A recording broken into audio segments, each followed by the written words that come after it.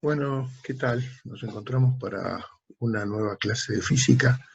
Estamos empezando con una unidad nueva. Vamos a empezar a estudiar la mecánica, que es el estudio del movimiento de los cuerpos sin tener en cuenta las causas que lo producen. Es decir, vamos a hacer una descripción del movimiento de los cuerpos.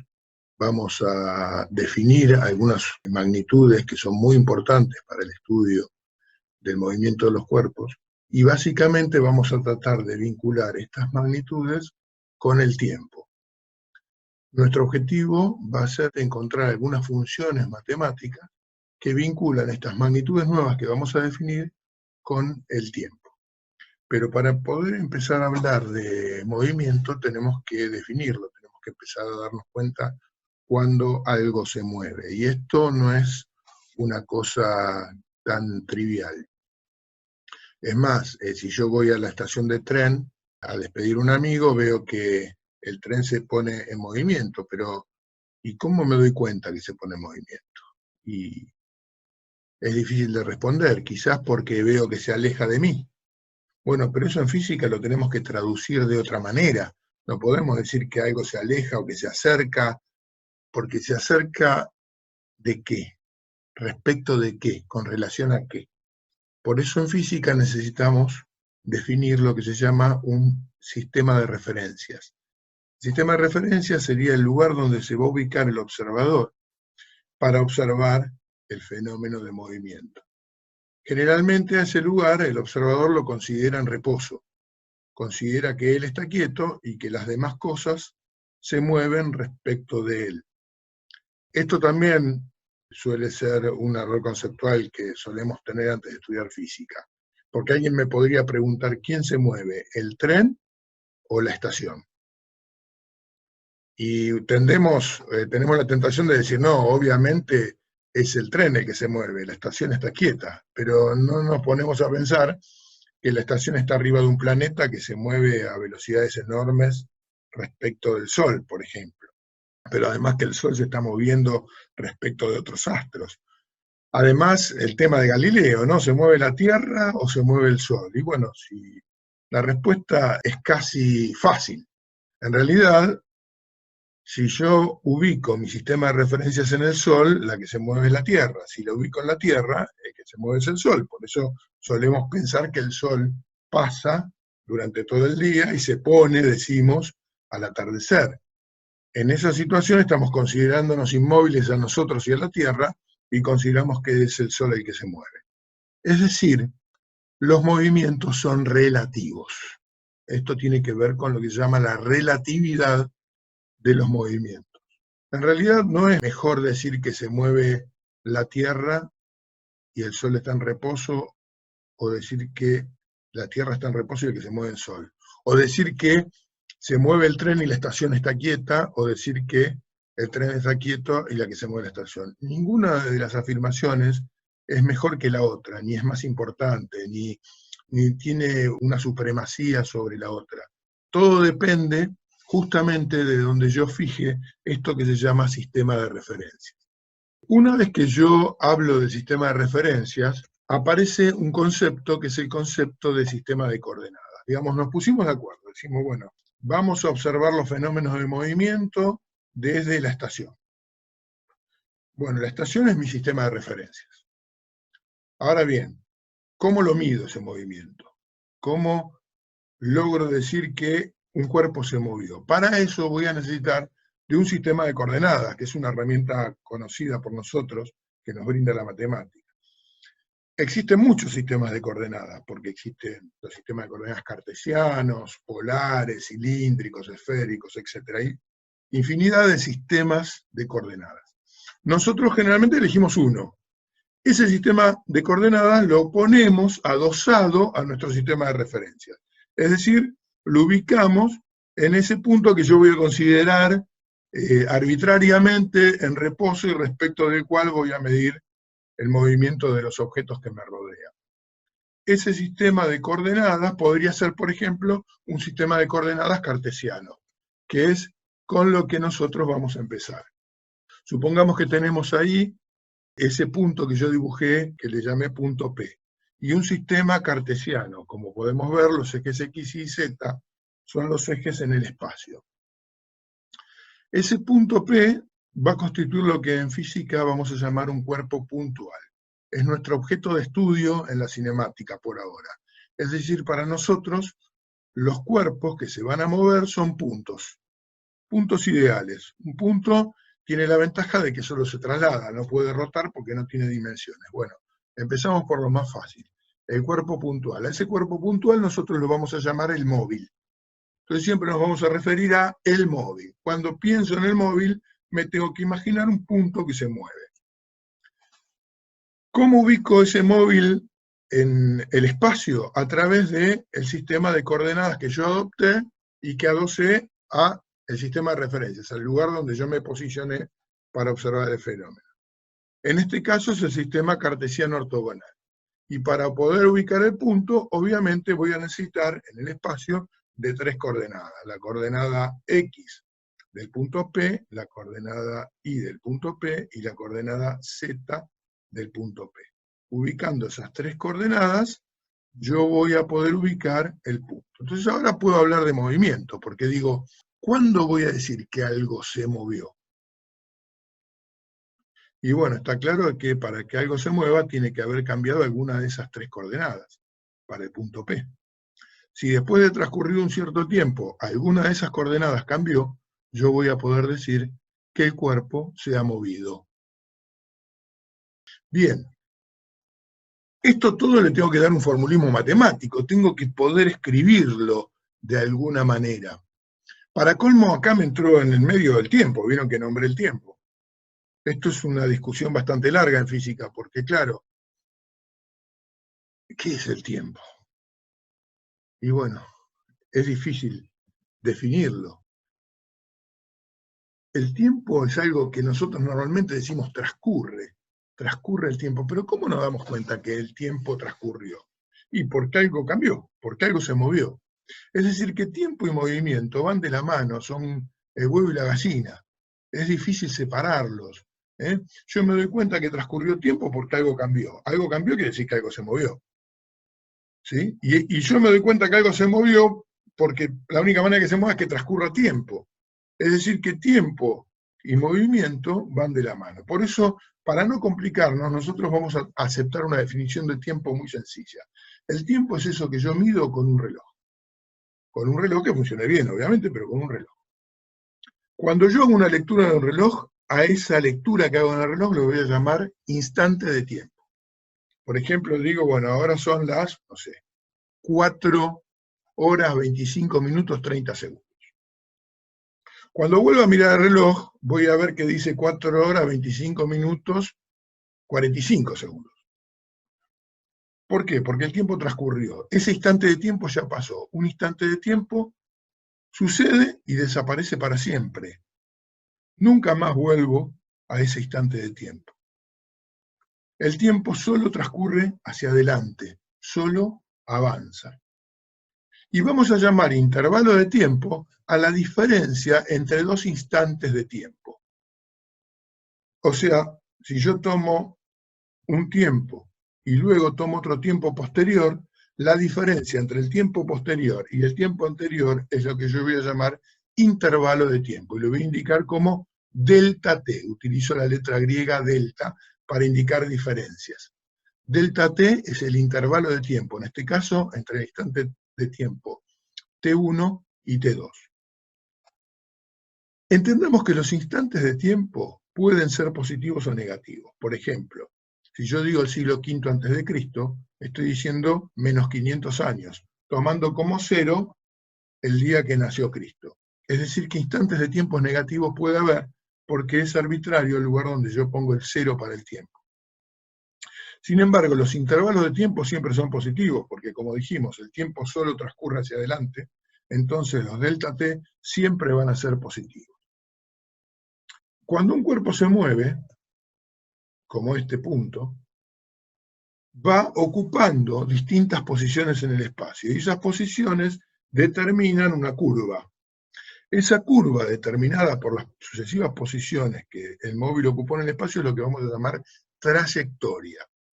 Las trayectorias pueden tomar el nombre de la curva matemática que representan. Es decir, hay trayectorias, por ejemplo, si un móvil se mueve en una recta, voy a decir que la trayectoria de ese móvil es rectilínea. O si se mueve en una circunferencia, voy a decir que es circular. O si se mueve en una parábola, voy a decir que es parabólica. Obviamente que lo que está pasando es que la posición de ese punto P fue cambiando. Fíjense que cada punto de esa trayectoria va a tener diferentes coordenadas. Yo estoy marcando las coordenadas en un instante de tiempo para el punto P, pero como vimos en su movimiento, fue ocupando distintas coordenadas. ¿Cómo vamos a expresar la posición de un punto en este sistema de coordenadas? ¿Cómo te digo esas tres coordenadas? Bueno, lo vamos a hacer a través de un vector. Ese vector se va a llamar vector posición. Y por definición va a tener origen en el origen de coordenadas, en este punto. Y el extremo va a estar en el móvil. Es decir, me la tengo que imaginar como si fuera una gomita que está atada en el origen de coordenadas y atada al móvil. Si el móvil se mueve, esa gomita se va a estirar, se va a cortar, va a cambiar su ángulo, pero va a mantenerse unida al móvil. A eso lo voy a llamar vector posición. Ahí lo tenemos dibujado. Lo vamos a indicar con la letra R. En este caso es el vector posición R del punto P. Ese vector viene dado por la suma de tres vectores.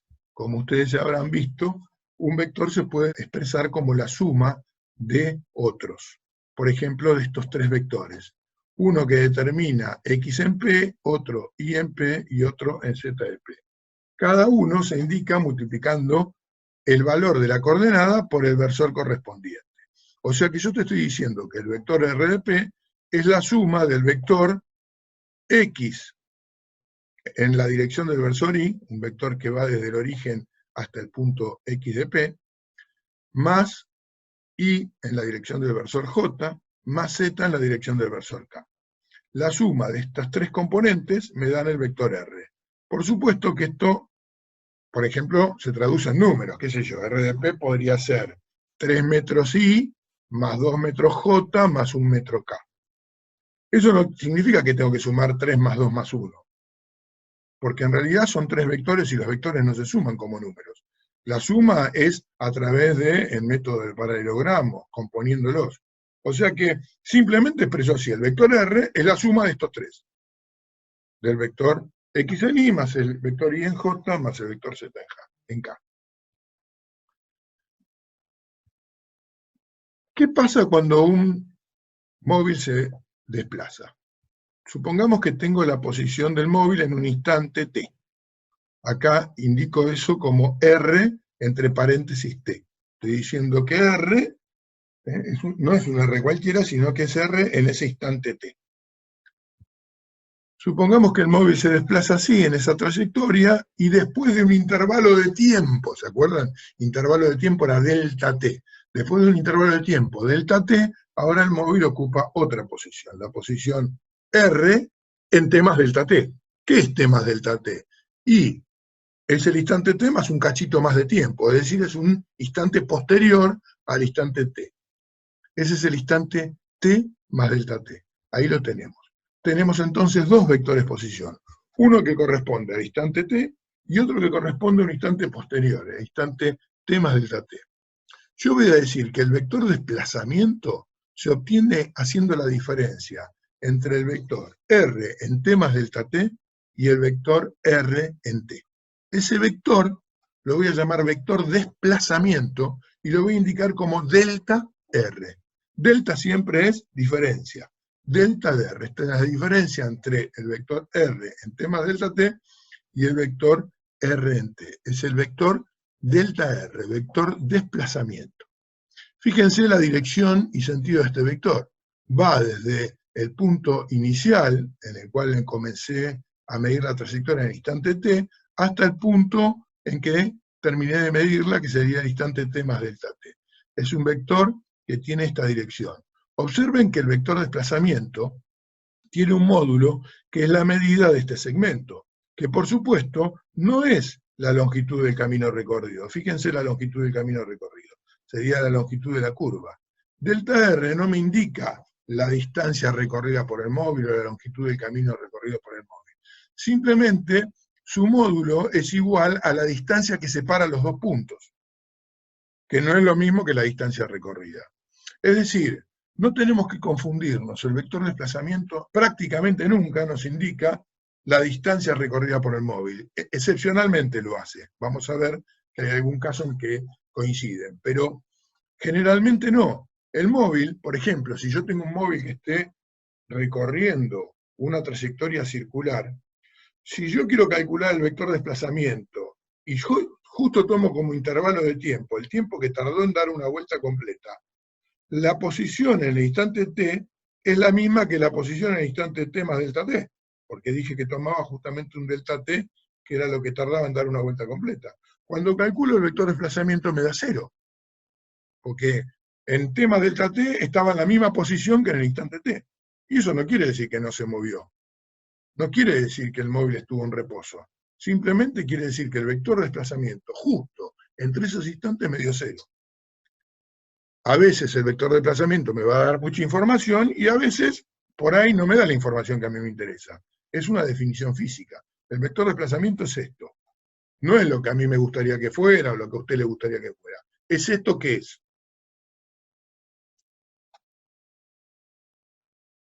Por lo tanto, ahí tenemos la definición. Delta R es R en t más delta t menos R en t.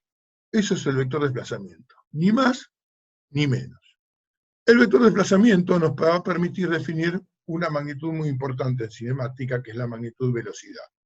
Vamos a comenzar definiendo lo que vamos a llamar velocidad media. La velocidad media de un móvil va a ser el cociente entre el vector de desplazamiento y el intervalo de tiempo correspondiente. Como tenemos acá escrito, el vector de desplazamiento y el intervalo de tiempo. O sea, delta R sobre delta T. Recordemos que delta R es un vector que puede tener 3 componentes.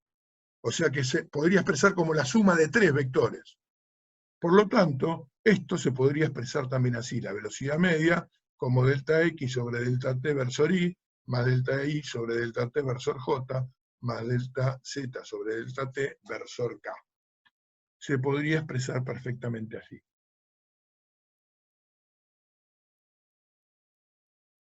Ahora bien, tenemos un problema. Como dijimos antes, si el móvil da una vuelta completa y regresa al mismo punto, puede ser que para un intervalo de tiempo justo la velocidad media me dé 0. Y sin embargo el móvil se movió. Supongamos que viene un vehículo caminando, pasando así como mi dedo. Puede ser que ese vehículo haya hecho esto, haya vuelto para atrás, haya avanzado, se haya detenido, haya avanzado nuevamente. Si yo tomo la velocidad media entre 2 instantes, me va a dar un valor que no representa cómo se movió el móvil en cada intervalo de tiempo pequeño en ese movimiento. Eso hace que yo quiera definir otra magnitud aparte de la velocidad media. Yo diga, bueno, yo quiero saber la velocidad que tiene el móvil ahora, cuando está acá. Para eso es medio absurdo, porque no se podría medir la velocidad de un móvil en un instante, porque ya dijimos que para que algo se mueva tiene que haber transcurrido tiempo. O sea que necesito 2 instantes, necesito un intervalo de tiempo. Ahora bien, si yo tomo un intervalo de tiempo cualquiera, en ese intervalo de tiempo cualquiera, el móvil puede haber tenido distintas velocidades. ¿Por qué? Y porque por ahí, en una primera mitad de ese intervalo se movió muy rápido, y en la segunda mitad se movió despacito, o estuvo quieto, qué sé yo.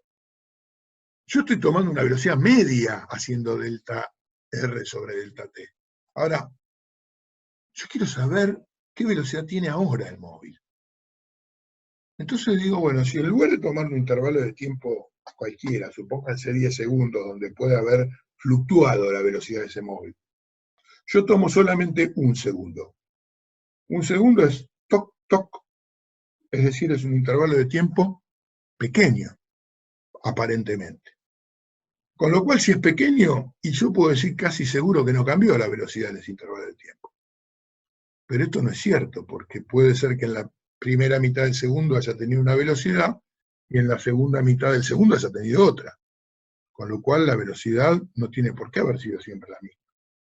Entonces digo, bueno, si en vez de un delta de t de un segundo tomo una décima de segundo. La décima es algo muy rápido. Casi seguro que tuvo siempre la misma velocidad durante todo ese intervalo de 1/10 de segundo. Casi, pero seguro no, porque por ahí en la primera mitad de la décima tuvo un valor, la velocidad, y en la segunda mitad tuvo otro. Bueno, ya sé, tomo una 10 milésima, ni me la puedo imaginar.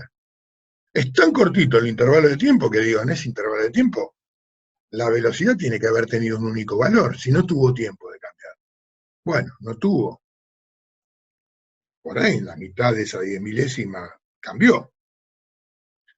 Bueno, digo, voy a tomar una millonésima de segundo. Es decir, fíjense, voy achicando el intervalo de tiempo. Digo, va a llegar un momento que el intervalo de tiempo va a ser tan corto que no le di tiempo a cambiar la velocidad, que la velocidad pudo haber tenido un único valor.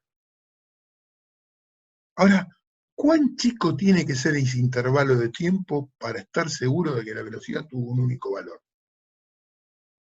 Y bueno, tiene que ser muy chiquito. Ahora, no lo puedo fijar, porque en cuanto lo fijé, alguien me dice, sí, pero en la primera mitad puedo haber tenido una velocidad y en la segunda mitad puedo haber tenido otra.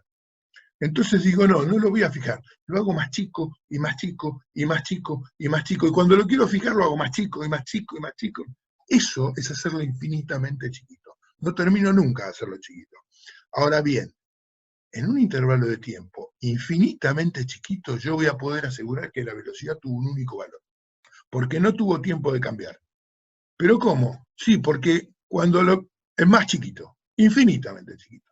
Cuando tienda a infinito ese intervalo de tiempo, a ser infinitamente chiquito, yo voy a poder asegurar que la velocidad tuvo un único valor. Es una idealización matemática, pero la puedo hacer. A esa velocidad media, pero tomada en un intervalo de tiempo infinitamente pequeño que tiende a cero, se la denomina velocidad instantánea. Ojo, tiene que haber intervalo de tiempo, porque sin intervalo de tiempo no hay movimiento. Y para calcular velocidad tiene que haber habido desplazamiento, o sea que hay un intervalo de tiempo, pero es infinitamente chiquito.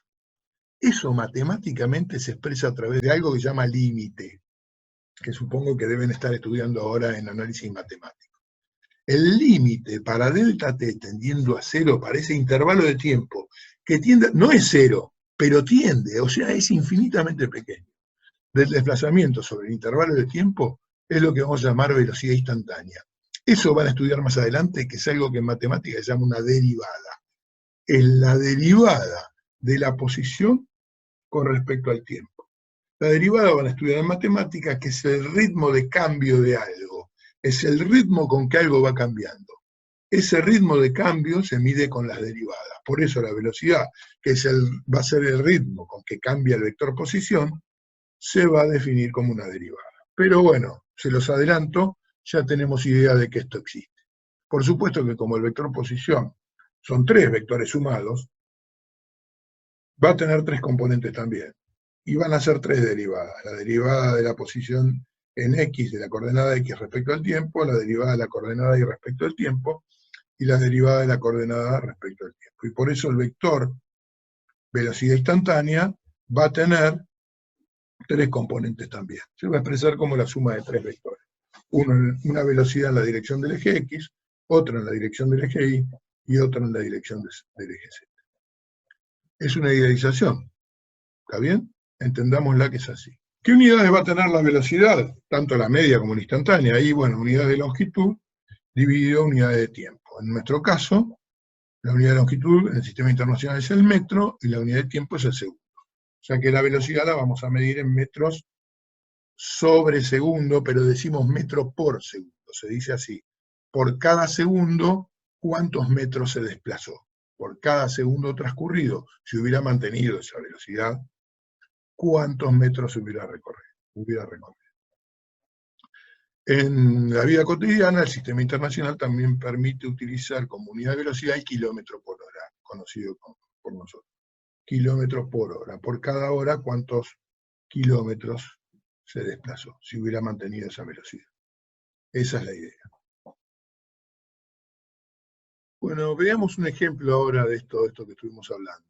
Supongamos acá, como dice el enunciado, que hay un móvil que se desplaza por el espacio y que en el instante t1 del segundo su posición es r1, que viene dado por este vector, que tiene 3 componentes, como vemos acá.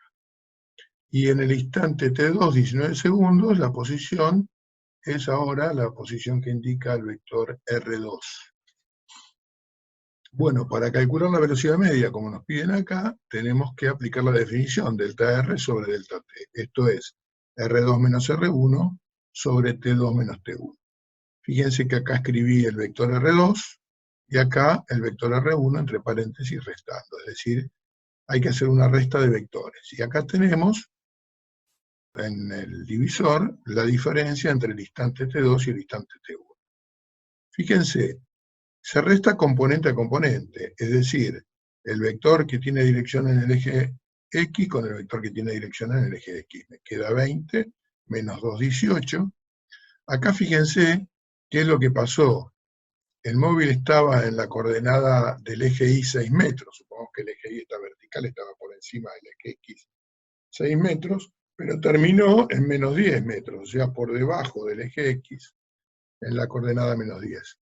La diferencia, me queda menos 10 menos 6, me queda menos 16 metros. Y para el eje Z tenemos 17 metros en K, y a eso le voy a restar, y la coordenada inicial era negativa, o sea que me queda menos 3, me queda 17 más 3, 20. Eso dividido 10 segundos, obtenemos una velocidad media que viene expresada por 3 componentes, como decíamos. Tiene una componente en la dirección del eje X, que es 1,8 versor Y, tiene una componente en el eje Y, que es menos 1,6 metros por segundo por J, es decir, va dirigida hacia abajo, como decíamos, y en el eje Z, 2 metros por segundo en el versor K. Vamos a pensar un poco qué es esto de la velocidad instantánea y cómo es con respecto de la trayectoria. Acá tenemos un sistema de coordenadas, imaginemos que tenemos esta trayectoria, la partícula salió o pasó por el punto origen del sistema de coordenadas y en un intervalo delta de t se encuentra en ese punto. A ese intervalo delta t lo voy a llamar delta t5. Y ahí tuvo un vector de desplazamiento que es delta r5. Observen que para sacar la velocidad tengo que hacer el cociente. Delta R5 sobre delta T5 y eso me daría la velocidad media 5. Observen cómo es la curva y observen cómo es la velocidad y el vector de desplazamiento. Sería la secante de la curva, es decir, corta la curva en 2 puntos. Si yo tomo un intervalo de tiempo más chico, que es lo que hago cuando calculo la velocidad instantánea, obsérvense que la posición del móvil va a ser otra, habrá recorrido menos camino sobre la trayectoria y tendrá una posición delta R4 en un delta T4. La velocidad media vendrá dada por el cociente entre delta R y delta T, va a ser un vector que va a tener la misma dirección que el vector delta R, pero otro módulo porque es una velocidad. Lo tenemos representado en rojo. Si sigo achicando el intervalo de tiempo, delta R ahora también va a cambiar. Fíjense cómo delta R se va aproximando a la curva que determina la trayectoria, aunque son diferentes. El cociente entre delta R y delta T vuelve a ser un vector coincidente en dirección y sentido con delta R. Ese cociente es la velocidad media 3. Si tomo un intervalo de tiempo más pequeño, o sea, sigo ese famoso límite, me voy achicando, entonces ahora fíjense cómo sería este delta T2 y este delta R2. Fíjense cómo se parece mucho más la longitud del vector delta R a la longitud de la trayectoria. Se acerca mucho, el cociente va a seguir siendo un vector, que va a ser el vector velocidad media 2, que va a tener su propio módulo al hacer el cociente entre delta R2 y delta T2. Claro, si yo sigo achicando el intervalo de tiempo, va a llegar un momento que cuando el intervalo de tiempo tiende a 0, el vector delta R se confunde con la curva. Es decir, no voy a poder distinguir diferencia entre la trayectoria y el delta R. En el límite para delta t tendiendo a 0, delta R va a tener la misma longitud que la trayectoria recorrida en ese intervalo de tiempo. Eso solo va a suceder en el límite para delta t tendiendo a 0. Y cuando yo hago eso, lo que obtengo en el cociente es la velocidad instantánea. Y claro, es tan cortito el intervalo de tiempo que prácticamente es como si solamente el vector velocidad tocara la curva en un punto. Es decir, el vector velocidad instantánea se hace tangente a la trayectoria. Y esto es una conclusión muy importante. El vector velocidad instantánea siempre es un vector que es tangente a la trayectoria en el punto donde lo estoy calculando. Si yo calculo la velocidad instantánea en este punto, va a ser un vector tangente a la trayectoria en este punto. Es decir, que si yo conozco la trayectoria, conozco la dirección del vector velocidad instantánea. Concepto que me lo tengo que guardar acá. La velocidad instantánea siempre va a ser un vector tangente a la trayectoria en el punto donde se lo calcula. Muy importante. Ese concepto lo vamos a utilizar ahora para definir la magnitud llamada aceleración, conocida seguramente por ustedes. Y vamos a hacer un camino similar al que hicimos con la velocidad. Vamos a definir primero el concepto de aceleración media. Supongamos que tenemos un cuerpo puntual, un móvil que se encuentra en este punto de una trayectoria, ¿sí? Y se desplaza hasta ese otro punto. Como dijimos antes, el vector velocidad siempre es tangente a la trayectoria. Por lo tanto, si a esta la llamo velocidad en el instante t, el vector velocidad instantánea en ese instante viene dado por este vector que está dibujado acá. Mientras que si este punto lo considero que se encuentra en un instante t más delta t, que es un instante posterior, como ya explicamos, y el móvil se encontraba en este punto, la velocidad instantánea ahora va a ser este vector tangente a la trayectoria en este punto. Claramente la velocidad en este caso ha cambiado. No tengo siempre la misma velocidad. Y si yo estoy en cinemática, quiero saber o poder medir cómo fue este cambio de velocidad. No va a ser lo mismo si el cambio de velocidad fue más lento que si fue más rápido. No es lo mismo que si pasó de esta velocidad a esta en 2 segundos que si tardó 2 días. Obviamente, eso va a ser de interés en la cinemática. Para poder medir el cambio de velocidad, lo que hacemos es trasladar a los dos vectores de manera de ponerlos unidos por sus orígenes. Con lo cual, el vector cambio de velocidad va a ser la resta entre el vector en el instante t más delta t y el vector en el instante t. La diferencia. El vector diferencia viene dado por este vector que acabo de dibujar, delta v. Delta v es la diferencia de velocidad entre v en t más delta t y v en t. Esta diferencia de velocidad o variación de velocidad se puede haber producido rápidamente o lentamente. Es decir, quiero evaluar cómo se produjo en el tiempo. Y para eso voy a definir esta magnitud que se va a llamar aceleración. La aceleración media va a ser el cociente entre la variación de velocidad en un intervalo de tiempo y dicho intervalo de tiempo, es decir, delta v sobre delta t. La aceleración busca medir la rapidez con que cambia la velocidad, si la velocidad cambia más rápidamente o cambia más lentamente. Obviamente ese cociente vuelve a ser el cociente entre tres vectores, porque la velocidad está compuesta por, o puede estar compuesta por tres vectores, delta v en x, delta v en y y delta v en z. Con lo cual, dividido por el intervalo de tiempo correspondiente, voy a tener tres componentes para la aceleración media, como se indica acá. Nuevamente, nos pasa lo mismo que antes. Yo tengo un intervalo de tiempo cualquiera, y bueno, la velocidad cambió, hubo una aceleración, pero resulta que la aceleración la media tiene un valor, pero si yo quiero saber la aceleración que tuvo en cada momento, es un lío, porque yo tomo un intervalo de tiempo y dentro de ese intervalo de tiempo, en la aceleración puede haber tenido distintos valores. Puede ser que en la primera parte del intervalo la velocidad haya cambiado mucho y en la segunda mitad del intervalo haya cambiado poco. Entonces otra vez tengo que hacer lo mismo, tengo que inventarme la aceleración instantánea. Tengo que decir, bueno, si yo tomo un intervalo de tiempo muy chiquitito, es menos probable que la aceleración haya cambiado su valor. Es mucho más probable que la aceleración haya tenido un único valor. Pero claro, puede ser que no, porque por más chiquito que yo tome un intervalo, por ahí en la primera mitad tuvo un valor y en la segunda otro, como dijimos antes. ¿Cuán chiquitito tiene que ser el intervalo para yo estar seguro de que tuvo un único valor la aceleración? Y infinitamente chiquito. ¿Qué es infinitamente chiquito? Y que siempre se achica más. No lo fijo nunca. Digo, bueno, porque yo lo digo y es chiquitísimo, así de chiquitito. Bueno, pero yo digo así de chiquitito, puedo dividirlo en dos y decir en la primera mitad qué pasó, en la segunda mitad qué pasó. No, es infinitamente chiquito, es una idealización.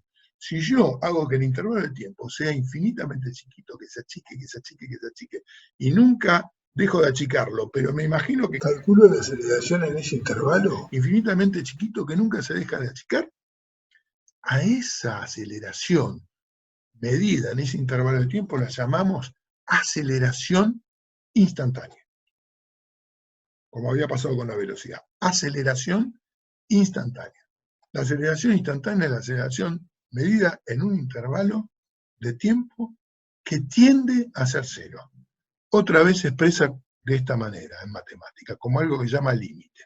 El límite para delta t tendiendo a cero de delta b sobre delta t. Dice, esto me quiere decir que esta cuenta, este cociente, solamente lo puedo hacer en el infinito, infinitamente chiquito. Y eso, como decíamos antes, es una derivada. Es la derivada de la velocidad respecto al tiempo. Recuerden que la derivada siempre mide el ritmo con que cambia algo. Entonces esto mide el ritmo con que cambia la velocidad. La velocidad era la derivada de la posición respecto al tiempo, es decir, medía el ritmo con que cambiaba la posición respecto al tiempo. La aceleración es la derivada de la velocidad respecto al tiempo, mide el ritmo con que cambia la velocidad con respecto al tiempo. También se suele decir que la aceleración es la segunda derivada de la posición respecto al tiempo, porque yo tengo la posición y la derivo una vez, obtengo la velocidad. La derivo otra vez, obtengo la aceleración. Por eso se dice que es la segunda derivada. No nos preocupamos por esto. Es matemática que nosotros no vamos a terminar utilizando. Sí, conceptualmente la podemos entender. Otra vez, la aceleración tiene tres componentes, son tres derivadas. Una en la dirección X, una en la dirección Y, una en la dirección Z. ¿Qué unidades va a tener la aceleración?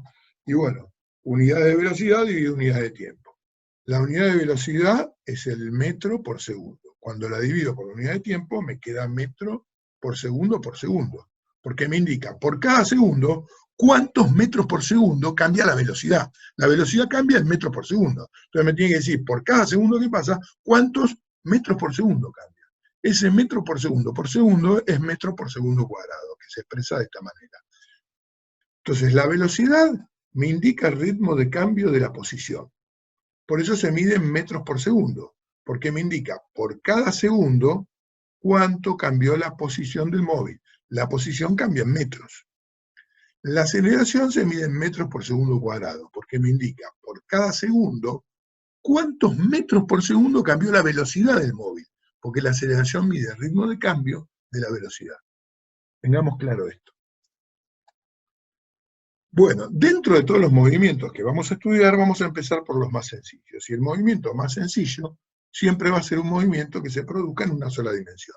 En este caso, lo que vamos a llamar movimientos rectilíneos. Y en los movimientos rectilíneos tenemos una ventaja. Como la trayectoria es recta, nosotros podemos hacer que la trayectoria coincida con uno de los ejes coordenados, por ejemplo, con el eje X. De manera de que solamente van a cambiar las coordenadas en X. Las coordenadas en Y y en Z permanecen constantes. Si valían 0, van a seguir valiendo 0. Y esto va a hacer que sea mucho más fácil el cálculo, los cálculos que tenemos que hacer, porque solamente hay una coordenada que varía en el tiempo. Acá tenemos el ejemplo, ¿ven? Acá este autito representaría un móvil que se desplaza sobre el eje X. En un instante se encuentra en la coordenada X1, en otro instante se encuentra en la coordenada X2. El vector velocidad media sería delta R sobre delta T. Pero delta R tiene una sola de las tres componentes, la componente delta X. Delta X en el versor Y. O sea que la velocidad media va a ser un vector que va a tener la dirección del eje X. Eso lo indica justamente este versor Y. Se va a calcular de esta manera. Ahora bien, yo digo, acá estamos estudiando todos lo mismo, nos podemos poner de acuerdo. Entonces digo, ¿es necesario trabajar en una recta a la velocidad media como un vector? Fíjense que lo podríamos trabajar perfectamente como un escalar, porque ya la dirección la tenemos, es la dirección del eje X. No haría falta poner el versor Y. Lo que puede pasar es que el sentido sea el sentido creciente del sistema de coordenadas, con lo cual la velocidad estaría en la dirección del versor más y podría pasar, sino que se moviera de derecha a izquierda. Es decir, cuando calcule la velocidad media, me dé negativa, me dé en el sentido del versor menos i. Ya sabemos que cuando un vector lo multiplicamos por un número negativo, cambia de sentido. Eso me indicaría que va para el otro lado. Pero esto, si solo ponemos el signo y ya nos ponemos todos de acuerdo, lo podemos entender. Si cuando calculo el delta x sobre delta t me da positivo, quiere decir que el sentido del movimiento es en el sentido de las x crecientes, y si me da negativo, en el sentido de las x decrecientes. Por esta razón, vamos a definir lo que se llama la velocidad escalar media. La velocidad escalar media es una simplificación. Hacemos escalar algo que es vectorial. No perdemos de vista que es vectorial, pero simplemente lo dejamos de expresar vectorialmente. Sabemos que tiene dirección y sentido, pero ya todos sabemos que la dirección, si estamos hablando de las coordenadas en x, es la dirección del eje x. Y el sentido va a venir dado por el signo. Si tiene signo positivo, quiere decir que el sentido es x creciente, y si tiene signo negativo, es x decreciente. Por lo tanto, la velocidad escalar media va a ser delta x sobre delta t, como si fuera un escalar con signo. El signo me indica el sentido. O sea, x2 menos x1 sobre t2 menos t1. Entonces, cuando estudiamos movimientos rectilíneos, siempre vamos a hacer esta simplificación. Vamos a trabajar con velocidades escalares y magnitudes que, si bien son vectoriales, las vamos a poder asociar a escalares con signo. El signo ese, como decíamos, pertenece al versor. Me indica si va en el sentido creciente o decreciente del sistema de coordenadas. Y dentro de los movimientos rectilíneos vamos a empezar por el movimiento rectilíneo más sencillo, que se llama movimiento rectilíneo uniforme. Este movimiento se produce cuando el móvil se desplaza en una trayectoria recta y su velocidad instantánea permanece constante. Fíjense que basta con decir que la velocidad instantánea permanece constante, porque como nosotros sabemos que la velocidad es un vector, si permanece constante su módulo, su dirección y su sentido. Y si eso sucede, la trayectoria no tiene más remedio que ser recta. En este movimiento, y solo en este movimiento, la velocidad media va a coincidir con la instantánea, porque me da lo mismo tomarla en un intervalo de tiempo grande que en uno chiquito, porque es constante. Si yo tomo la velocidad media en 10 segundos, o en un segundo, o en un microsegundo, me tiene que dar siempre lo mismo. ¿De acuerdo? Porque es constante. Con lo cual, en el movimiento rectilíneo uniforme, no necesitamos hacer el límite o la derivada para calcular la velocidad, porque la velocidad instantánea es la media, y la velocidad media directamente se calcula como el desplazamiento dividido el tiempo. O sea que en este movimiento, velocidad instantánea y velocidad media son la misma cosa. Y por eso se puede calcular fácilmente. En lugar de hacer la derivada de la coordenada x respecto de t, podemos hacer delta x dividido delta t, algebraicamente, hacer una cuenta. Esto es x en el instante t2 menos x en el instante t1 dividido t2 menos t1. Por lo tanto, en el MRU, ojo, y solo en el MRU, la velocidad instantánea se puede calcular como se calcula la media. Teniendo en cuenta esto, nosotros podemos decir, bueno, ese instante de tiempo 1, si yo quiero, lo puedo hacer valer siempre 0, porque yo prendo el cronómetro cuando a mí se me da la gana. Y esto es una simplificación que también solemos hacer en el movimiento rectilíneo uniforme. Siempre que pueda, y eso va a ser casi siempre, el instante t1 lo voy a hacer valer 0. Y a la posición en ese instante, lo que sería x1, lo voy a llamar x0. x0 quiere decir la coordenada que ocupaba el móvil en el momento que yo encendí el reloj. Por eso se le pone x0. Este cerito hace referencia al instante 0. Normalmente esto lo llamamos posición inicial, pero tenemos que tener cuidado con este término, porque ¿qué es inicial? En realidad, si yo le quisiera poner inicial, le tendría que poner una X y una Y para decir inicial, qué sé yo. Porque cuando le pongo X0, tenemos que tener claro que me estoy refiriendo a la posición cuando el reloj marcaba 0. Generalmente ese suele ser el instante donde yo empiezo a medir todo y por eso lo llamo inicial. Pero es la coordenada cuando el reloj marcaba 0. Al instante T2 lo voy a transformar en un instante T cualquiera. O sea, voy a hacerlo una función del tiempo. Es decir, t podría tomar cualquier valor, el instante t2 que tome cualquier valor. Lo llamo genéricamente t. Y a la posición en el instante t lo transformo en una función. Digo, es la posición en el instante t. Esa posición x depende de cuánto valga t. Si eso lo reemplazo en la expresión que aceptamos como velocidad instantánea en el MRU, nos queda que la velocidad va a ser x en t menos x0 sobre t menos 0. Es decir, xt menos x0 sobre t. Si despejo de ahí, llego a esta ecuación. Digo, x en t, x, la posición x va a ser una función del tiempo, depende de lo que valga t. Esto es una función. Es como cuando en matemática dicen igual f de x.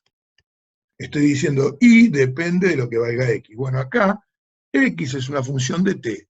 Depende de lo que valga t, lo que valga f. ¿Y cuál es la función de dependencia? Es esta que está escrita acá. Que fíjense que es la ecuación de una recta. x0 sería la posición en el instante t igual a 0, no es otra cosa que la ordenada al origen. B es la pendiente. Y t es la variable.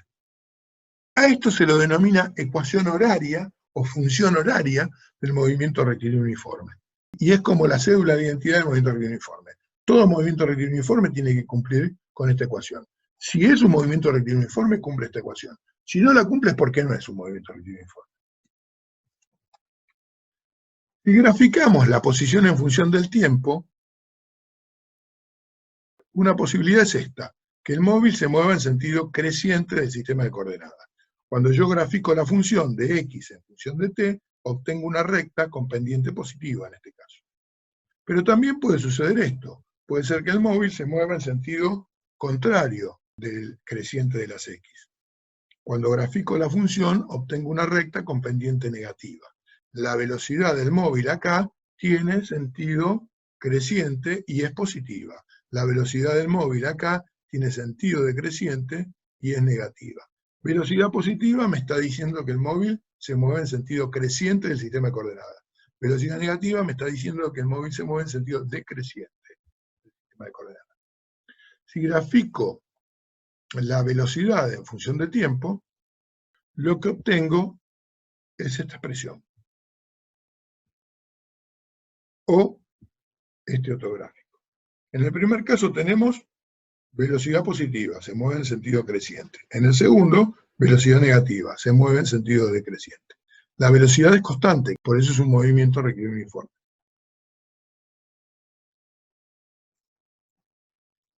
Veamos algo muy importante que vamos a usar mucho. Supongamos que tenemos un móvil que se desplaza con movimiento rectilíneo uniforme y graficamos la velocidad en función del tiempo. Ahí en la pantalla la tenemos. En el instante t1, la velocidad tiene el mismo valor que en el instante t2. No ha cambiado, por eso es constante. La velocidad es delta x sobre delta t, por lo tanto delta x es b por delta t. Cuando yo multiplico la velocidad b, que sería este valor, por delta t, que sería esta longitud, no estoy haciendo más que hallar el área de un rectángulo, de este rectángulo que queda acá. Quiere decir que el área de ese rectángulo, que es b por delta t, coincide con el desplazamiento del móvil. Eso no quiere decir que el autito anduvo por acá adentro, sino que quiere decir que la medida de este área coincide con la medida del desplazamiento. Obviamente que las unidades de este área no son unidades de superficie, son unidades de desplazamiento, porque estoy multiplicando velocidad por intervalo de tiempo. Eso me da desplazamiento, me da en metros.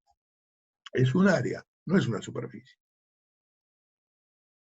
Esta conclusión de que el área bajo la curva de gráfico de velocidad en función del tiempo representa el desplazamiento, uno podría pensar que es válida sola para un MRU y no para otro movimiento.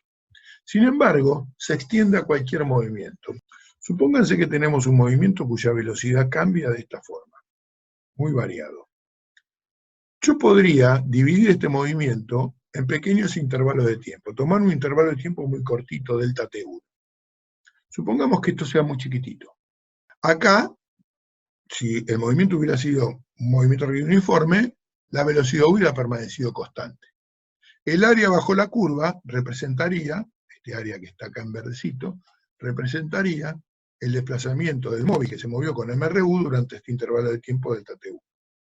Eso hubiera sido si la velocidad hubiera sido constante, pero en una parte del intervalo la velocidad fue menor que la velocidad marcada, y en otra parte del intervalo la velocidad fue mayor. Lo indica esta curva. Sin embargo, van a ser bastante parecidos, digamos, los desplazamientos, si hubiera tenido, porque es chiquitito el intervalo. Lo mismo va a pasar para el intervalo siguiente. Podría tomar un MRU con velocidad constante y el desplazamiento con esa velocidad constante hubiera sido lo sombreado en verde. Que hubiera sido parecido también, porque en una parte del intervalo la velocidad real instantánea hubiera sido menor que esa velocidad que tomé constante, pero en otra parte hubiera sido mayor. Y esto yo lo podría hacer en sucesivos intervalos de tiempo delta t,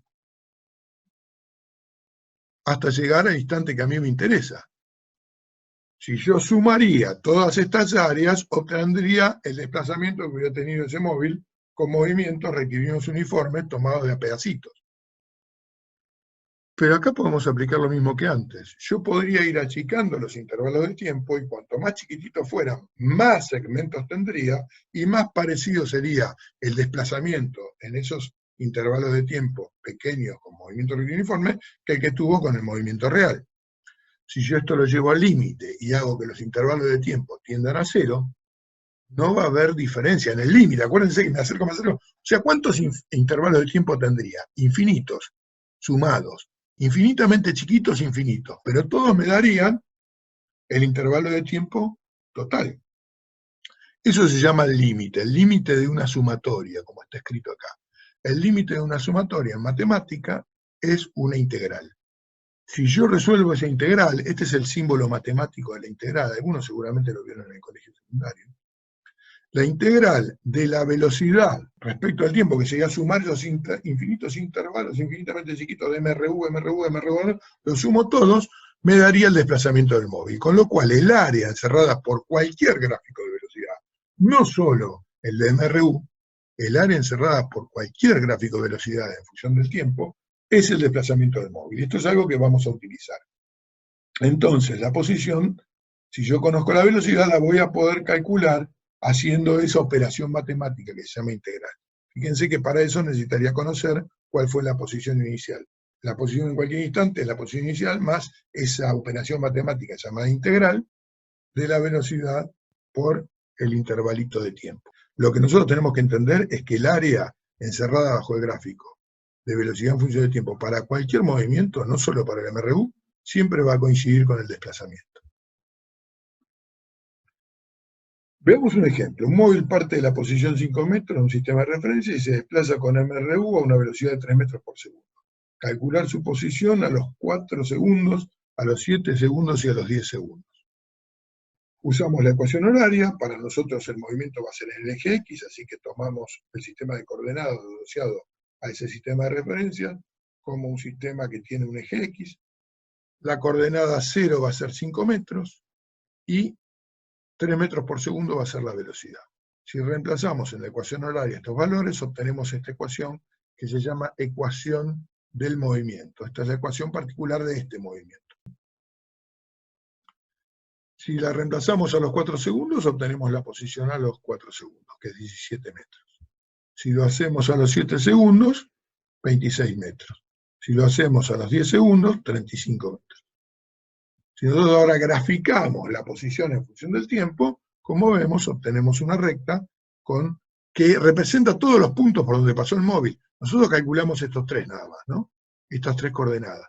Pero en realidad el gráfico representa todos los puntos por donde pasó el móvil, a medida que transcurría el tiempo. Para la velocidad, es una velocidad constante de 3 metros por segundo, como ya hemos visto. Otro típico ejemplo es un problema de encuentro. Dice, dos móviles parten simultáneamente con MRU en sentidos opuestos de dos puntos A y B, ubicados a 100 metros uno del otro. El móvil que parte de A tiene una velocidad cuyo módulo es 10 metros por segundo y el que parte de B, 40 metros por segundo. Calcular la posición y el instante en que se encuentran y representar gráficamente la posición en función del tiempo para ambos móviles. ¿Cómo se resuelven estos problemas? ¿Tengo dos móviles? Pues bien, me los dibujo. Esto es una representación. Yo puse un eje X y al móvil que salió del punto A, digo que tiene una posición inicial igual a 0. Lo puse en el origen de coordenadas. Por lo tanto, el móvil B para mí partió de la posición XB igual 100 metros. Luego me represento las velocidades. Los dibujo con una flechita, porque es un vector, ¿no? La velocidad del móvil A se dirige hacia la derecha a 10 metros por segundo. Y la velocidad del móvil B se dirige hacia la izquierda a 40 metros por segundo. Es muy importante esto. Como se dirige hacia la izquierda, va en sentido decreciente del eje X. Por lo tanto, ya hemos visto que cuando usamos las velocidades escalares, las velocidades que sean en sentido decreciente del sistema de coordenadas van a tener signo negativo, que les da el sentido. Por eso acá puse menos 40 metros por segundo. No hay que olvidarse ese signo menos. Un error muy común es que el alumno se olvida ese signo menos. Si la velocidad del móvil tiene sentido contrario al creciente de las X, no me debo olvidar, si lo tengo como dato, de colocarle el signo menos. Observen que yo podría haber puesto los móviles al revés, el A ponerlo acá y el B acá, con lo cual el B tendría una velocidad con sentido positivo y el que tendría velocidad con sentido negativo sería el A. Por eso es muy importante que uno se haga el dibujo para entender lo que está pasando. Luego escribo una ecuación horaria para cada móvil. Cada móvil tiene su ecuación horaria. La ecuación horaria ya me la aprendí. X igual X inicial más velocidad por tiempo. Todo con subíndice A, todo con subíndice B. Luego escribo las ecuaciones de movimiento, es decir, reemplazo los valores que tengo como datos en las ecuaciones. Ahí los tenemos reemplazados. Y luego me hago la siguiente pregunta. ¿Qué tiene que pasar para que dos móviles se encuentren? Tienen que estar en el mismo lugar al mismo tiempo. Físicamente tienen que estar en la misma posición en el mismo instante. Es decir, las posiciones A y B tienen que ser iguales y los instantes T tienen que ser iguales porque partieron simultáneamente. Ahí se van a encontrar. Bueno, simplemente lo que vamos a hacer es ahora igualar estas ecuaciones, teniendo en cuenta que las posiciones son iguales.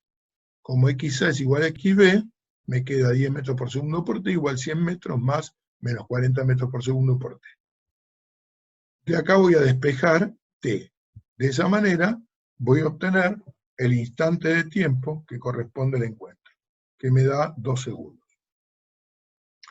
Para calcular la posición de encuentro basta con reemplazar estos 2 segundos en cualquiera de las ecuaciones, XA o XB.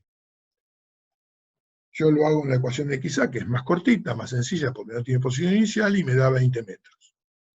Cuando lo grafico, obtengo dos rectas. Una va del origen y a los 10 segundos está en 100 metros. La otra parte de los 100 metros, viene en sentido decreciente de las X, y en 2,5 segundos se encuentran en la posición 0.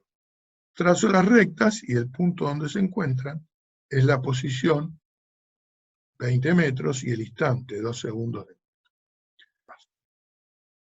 Bueno, con esto damos por terminada esta clase, espero que les sirva. Les mando un abrazo, cuídense.